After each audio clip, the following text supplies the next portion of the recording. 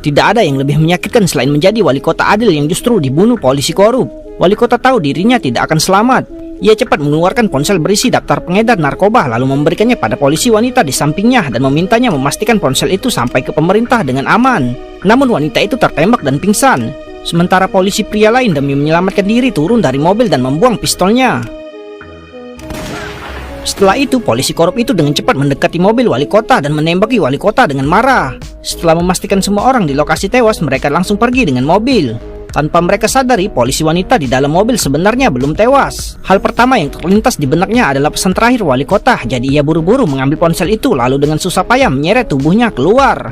Wanita itu bersandar lemah di mobil, berulang kali menyebut nama-nama daftar di ponsel itu. Namun saat itu dari kejauhan muncul mobil polisi di jalan besar membuatnya merasa terancam. Ia segera merangkak ke bawah mobil untuk bersembunyi. Ternyata polisi korup yang sebelumnya menembaki mereka kembali malam itu untuk membersihkan lokasi. Wanita itu dengan waspada memegang pistol menunggu kesempatan untuk bertindak. Namun akhirnya hal yang paling tidak ia inginkan tetap terjadi. Beberapa orang segera mengeluarkan pistol sambil melihat ke sekeliling. Saat itu seorang polisi baru tiba-tiba membungkuk dan mengintip ke bawah mobil. Dalam sekejap mata mereka beradu. Wanita itu meletakkan telunjuk di bibirnya berharap anak itu akan membiarkannya pergi. Tak disangka polisi korup itu langsung berdiri dan melaporkan kepada atasannya tentang situasi di sana. Melihat kejadian itu, yang lain langsung bersembunyi di belakang mobil. Sementara itu wanita itu memanfaatkan kesempatan itu untuk melompati pagar dan melarikan diri dari lokasi dengan sangat cepat.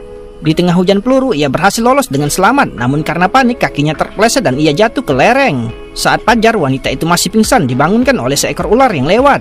Setelah memeriksa luka di pinggangnya, wanita itu melepas jaketnya dan merobeknya menjadi beberapa kain untuk menghentikan pendarahan. Namun satu-satunya ponsel yang ada juga hancur saat ia terguling. Jadi ia tidak mungkin menelpon meminta bantuan. Untuk berjaga-jaga, wanita itu kembali menghafal nama-nama bandar narkoba di daftar. Sementara itu di tempat lain, setelah mendengar wanita itu berhasil melarikan diri, kepala polisi segera mengemudi ke lokasi. Untuk menghindari masalah, ia turun dari mobil. Tanpa ragu, kepala polisi menembak anak buahnya yang terluka hingga tewas. Setelah itu mereka melepas anjing pelacak dan kelompok bersenjata lengkap mulai memburu wanita itu. Tak lama kepala polisi menemukan jejak darah dan potongan kain si wanita di tanah tak jauh dari sana. Mereka memperkirakan wanita yang terluka tidak akan bisa lari jauh. Sementara itu wanita dengan tekad kuat sampai di tepi sungai kecil.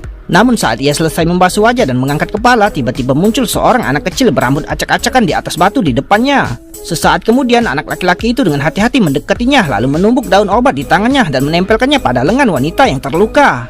Melihat anak itu tidak jahat, ia bertanya tentang jalan keluar hutan. Tiba-tiba anak itu menutup mulutnya dengan tangan.